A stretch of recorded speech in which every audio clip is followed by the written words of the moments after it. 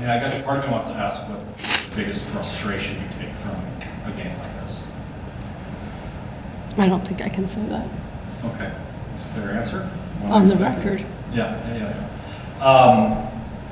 I do want to ask, so closing moments of the game, wanted to play that one out, not extended in that situation, and then just the fight the team showed to get back. Yeah, I thought we played a heck of a fourth quarter. Thought we executed the best we executed the whole game offensively. Thought we did a pretty good job defensively. I mean, they scored some points at the end via free throws. But I thought other than the first quarter, I thought our defensive effort all night was really good. I thought we were a little passive in the first quarter. We helped off of a kid who we were going to see if she'd make a couple, and she did. But I thought our digging in the post players wasn't very good. We were digging too early, and that kid was able to see, and we're supposed to wait till she starts dribbling. And I thought we corrected that, and then thought we did a better job keeping them off the board. So defensively, I thought our effort was good most of the night. I think offensively, we fought our offense for 3 quarters, and then we finally decided to run it, and we put up 21 points. So that's good to see that it still works. This is 2 games against them where you probably come away from it thinking a play or 2 away should have been there. Is it just empty feeling when you walk away from a game like this? Yeah, it is. I mean, you put yourself in a position. I think the biggest frustration right now, and hopefully our team is as frustrated as I am, is there's games that you're leaving on the table. There's games that you're losing because of things that you can control. There were things that happened tonight that we had no control over.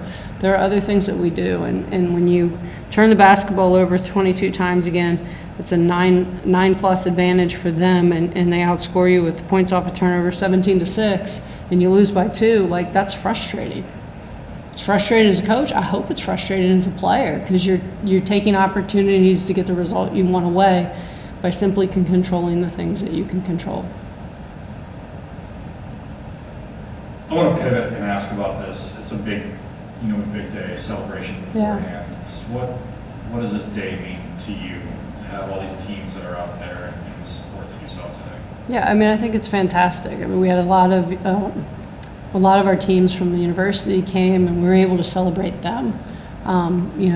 We're a sport on the women's side that maybe gets a little bit more exposure, but there are a lot of really amazing female athletes here at this university that compete at a very high level, that are very academic minded, and they deserve to be celebrated. And I think having the women here, they were able to talk prior to the game to them about their experiences, and I think that's really important. I think this generation that's coming up knows nothing other than women's sports on TV, and women's sports having equal pay, and women's sports tournaments looking pretty much the same as men's. And I was fortunate to play when that era was starting, but there were a lot of women that came before me that had to drive their own vehicles to games, that had to do their own laundry, that got leftover uniforms from men's teams, and didn't have opportunities to compete. And I just think it's amazing to see how far we've come in 50 years, and I can't wait to see how much further we can get in the next 25 to 50 years. And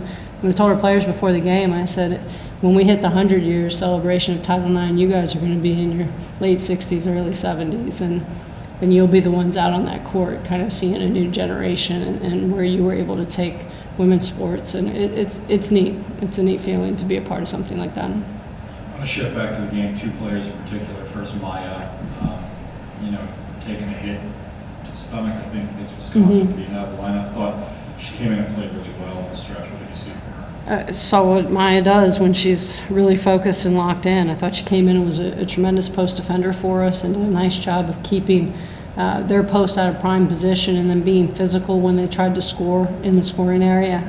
She boxed out, she rebounded. I mean, she had 7 boards, 5 defensive.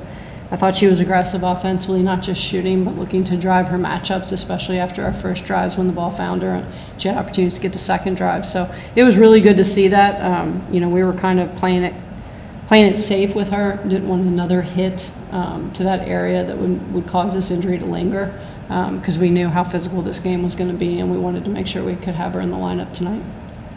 And Emma, I don't know if the game plan coming in is Emma for 3 minutes, but Emma certainly earned every minute she got out there. Yes.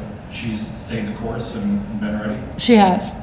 You know, she comes in and you get the same Emma every single day. She's very consistent in her attitude. She's very consistent in her effort, and she works really, really hard. And I think no matter how many minutes she gets, like I said, you get that, and I think it's really helped her. I think I'm starting to really see her kind of turn the corner with understanding our offense and when to drive and when not to drive and when to shoot and when not to shoot.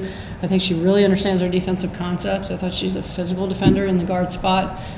She rebounds the basketball. So I've been really happy with the minutes she's been getting up late, and I thought tonight was kind of culmination of those minutes and finally things clicking and her being able to find drives to the basket and finish.